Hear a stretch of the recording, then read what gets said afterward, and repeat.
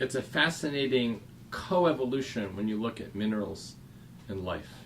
Most theories of the origin of life, and certainly the ones that we're working on in the laboratory here at Carnegie Institution, involve minerals in one way or another. Minerals do amazing things in a prebiotic environment.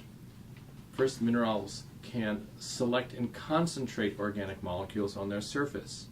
I've been working on a particular mineral. In fact, let me show you this one. This is a mineral called calcite. Very, very common. Calcium carbonate is the mineral in which clam shells and snail shells, coral reefs, you find this kind of mineral very commonly. And when you look at these surfaces, you realize that this is the kind of surface that was available in the prebiotic environment.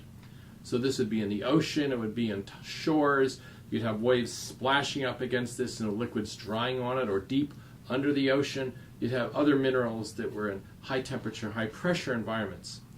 And when you have a mineral like this in an ocean that's filled with organic molecules, that prebiotic soup, what you find is the molecules start sticking to the surface. They start decorating the surface. And what's more, different molecules will go to different surfaces. Now, a mineral like this has surfaces that you could call left-handed and right-handed.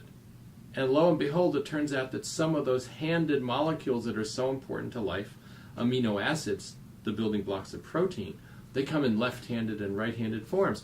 And we find that the left-handed forms stick more on this face and the right-handed forms stick more on this face. So this is an example of how minerals can select and concentrate elements.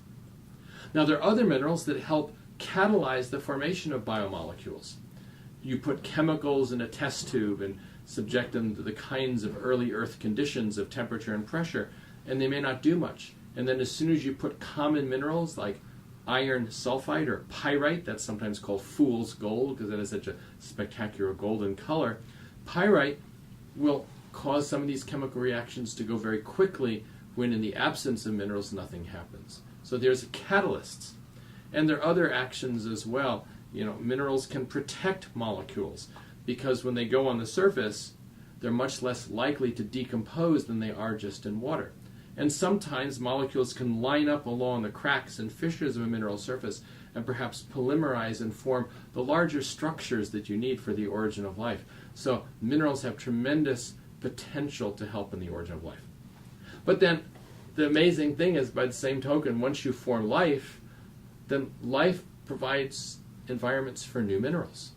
So even as minerals led to life, life leads to minerals.